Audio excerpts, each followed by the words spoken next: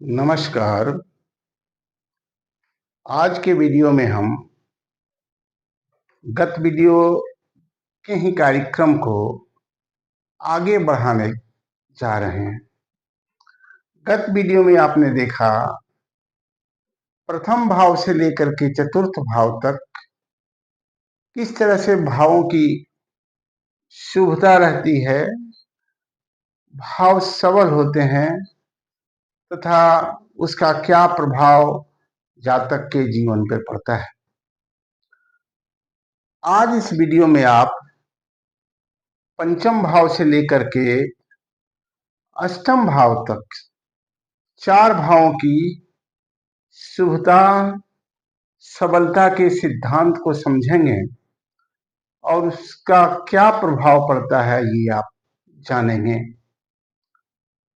हमने कहा था कि कोई भी भाव यदि शुभ राशि और शुभ ग्रह से युक्त हो तो वह भाव बली माना जाता है। किसी भी भाव में यदि उच्चस्थ या स्वराशिस्थ ग्रह बैठे हैं वह भाव भी बली माना जाता है। किसी भी भाव को यदि भावाधिपति देखता है तो उस भाव से विचारणीय विषयों में वृद्धि होती है। भाव का अधिपति यदि केंद्र या त्रिकोण में स्थित है तो भी उस भाव से विचारणीय विषयों में वृद्धि होती है। भाव का अधिपति यदि भाव से भी शुभ स्थान में हो तो भी उस भाव से विचारणीय विषयों में वृद्धि होती है। भाव जो है वो दो शुभ ग्रहों के मध्य में हो तो भी भाव प्रबल कहलाता है। उसे कहते हैं कि ये शुभ कर्तरी योग है। तथा अन्य दूसरे कारणों से भी यथा स्थान बल, दिग्बल, काल बल आदि से यदि भी युक्त भाव यदि प्रबल है तो उस भाव से विचारणीय विषयों में वृद्धि होती है। अब क्या फल देता है? जैसे किसी भी भाव में यदि उच्चस्थ ग्रह बैठा हो तो अचानक ही शुभ फल देता है। अर्थात यदि पंचम भाव में कोई उच्च का ग्रह बैठ जाए किसी भी कुंडली में तो वो अचानक फल देगा। जैसे यहाँ पर आप देखेंगे ये पंचम भाव है, इसमें मकर राशि है, इसका अधिपति शनि यहाँ बैठा हुआ है और बृहस्पति के द्वारा ये देखा जा रहा है। तो शनि स्वराशि में बैठा है और बृहस्पति के द्वारा देखा जाता है। और यदि यहीं पर मंगल उच्चस्थ होता अकेला भी तो अचानक शुभ फल कर देता। यानी जो परीक्षा परिणाम है वो उम्मीद से अच्छा आ जाना, विवाह के बाद जल्दी संतान की प्राप्ति हो जाना, अच्छी विद्या बुद्धि प्राप्त होना तथा विद्या बुद्धि का सही दिशा में उपयोग होने का भी संकेत वो देता है। भावाधिपति भाव के आगे पीछे में यदि शुभग्रह होते हैं, जैसे यहाँ अगर बृहस्पति होता और यहाँ चंद्र होता तो दोनों ही शुभग्रह आगे पीछे होते। ऐसी स्थिति में भाव से विचारणीय विषयों में शुभता आती है।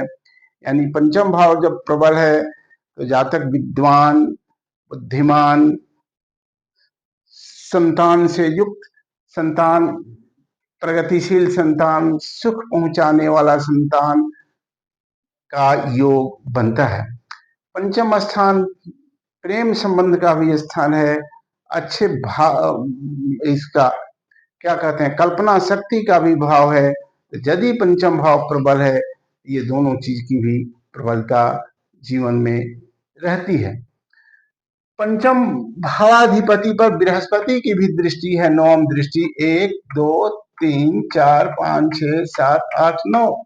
और यदि गुरु यहाँ है होता या यहाँ होता, दोनों स्थिति में गुरु पंचम भाव को देख रहा है तो भी पंचम भाव से विचारणीय जो भी बातें हैं उसकी वृद्धि होती है। यानी उपरोक्त सिद्धांत जो है भाव में भावेश का स्थित होना, उच्चस्थ होना, शुभग्रह द्वारा देखा जाना, ये सब उस भाव से विचारणीय विषयों में वृद्धि करता है।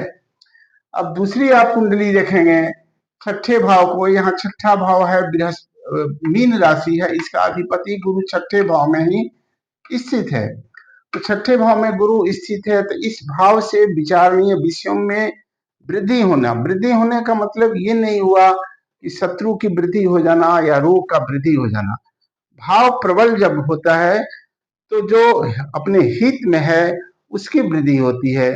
जैसे बृहस्पति है तो शत्रु रहित जातक होगा, शत्रु संभव है उसके नहीं होंगे भी तो बृहस्पति है। बौद्धिक शत्रु होंगे जिनसे ज्यादा विवाद नहीं होगा, भीतर ही भीतर मनमुटाव चलेगा, लेकिन उससे किसी की हानि नहीं होगी। छठे भाव प्रबल है, तो छठे भाव की प्रबलता में यदि लग्न दुर्बल है तो रोग की संभावना रहती है। यदि लग्न भी प्रबल है, छठा भाव भी प्रबल है, तो ज्यादातर रोग रहित ही जीवन होता है और ऐसी कोई स्वास्थ्य बाधा नहीं होती है जो लंबे समय तक चले या जीवन को बहुत प्रभावित करे। फिर देखेंगे बुध भी, अगर इस भाव को देखें तो एक शुभग्रह की दृष्टि है बुध की, तो ऐसी स्थिति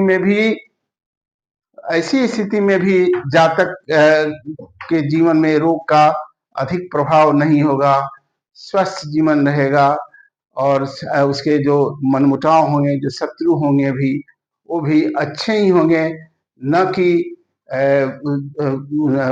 दूसरे श्रेणी के लोग होंगे जो हमेशा समस्या उत्पन्न करते हैं। बृहस्पति भी देख रहा है 1 2 3 4 5, कहीं से भी अगर भाव की शुभता है, जैसे दोनों तरफ गुरु और शुक्र है, तो इस भाव से विचारणीय जो विषय है उसमें शुभता होती है और समर्थन मिलता है उस भाव का, और जीवन जो है वो सहज होता है। अब आएंगे, आप देखेंगे सप्तम भाव। जैसे सप्तम भाव की स्थिति को आप देखिए, सप्तम भाव में चंद्रमा प्रबल है, उच्चस्थ है, और शुक्र जो है अपनी राशि में है।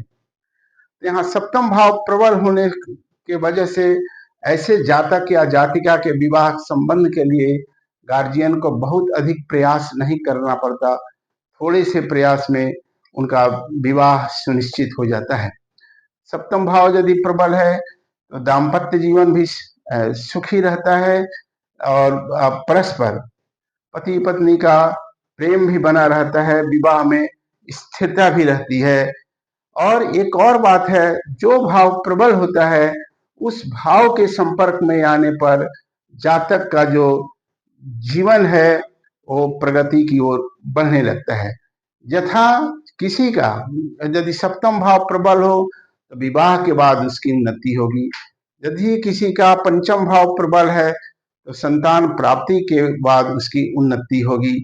इस तरह से समझना चाहिए और ये देखना चाहिए कि सप्तम भाव पर कैसे शुभग्रहों का ही अधिक प्रभाव है। सप्तमेश शुक्र जो है वो दशम में है, केंद्र स्थान में है, ये भी अच्छा है।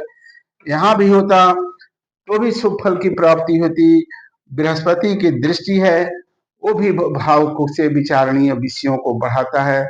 सप्तम भाव व्यवसाय का भी स्थान है, यदि सप्तम भाव प्रबल हो तो जातक स्वयं का व्यवसाय यदि करता है तो उसमें भी वो सफल होता है। और सप्तम भाव के प्रबल होने से देश विदेश में यात्रा का भी अवसर प्राप्त होता है। ये सप्तम भाव का है। सप्तम भाव यदि शुभ प्रभाव में हो तो इस तरह का फल प्राप्त होता है। अष्टम भाव जो है मुख्यतः आयु का भाव है।